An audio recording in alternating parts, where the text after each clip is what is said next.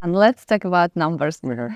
So in average, the students after completing our course, they get in average around 100K as a salary, 100K per year. Some of them getting even 150K, some of them getting 80K, but this is the average, which is 110, 100K is the average.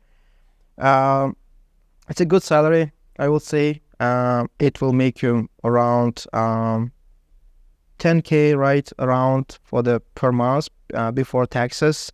But of course, you will pay your taxes. It will be deducted from your paycheck if you work on a W-2. Why the IT engineers makes a lot? Because they are the engineers. They know how to code. The coding is one of the things is currently in a huge demand. There is not enough supply for a demand in the job market for software engineers, and that's why people getting a job and getting a high salary. But currently, we all know that job market is not as it used to be a couple years ago. The one of the reasons is we have some issues in the economy of the U.S. That's the first thing, and a lot of companies hiring the engineers from overseas, which is from the different countries. And it is much, much cheaper for them to hire the engineers from there because they're paying 4 times, 3 times less than the engineers here. But still, companies need engineers in US. They need someone who will control that, someone who work from here in office, right? So they still need these people in the US. Can you please tell us what kind of benefits also are added to the salary? The health insurance, they give you a PTOs, which is paid time off. So 15 business days during the year, you can take a paid off days, which is really good. And sick days, right? If you're sick, they still will pay you even if you're sick for some specific days. It depends on a company to company. Some of them even gives you the shares of the company.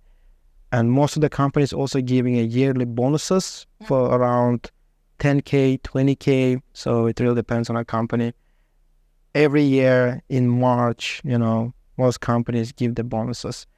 And that's why a lot of IT engineers, they start leaving their jobs after the March because they get their bonus and they look for another opportunity, which is better opportunity. They don't want to leave earlier. The reason is they want to get the bonus. Keep the bonus, yes.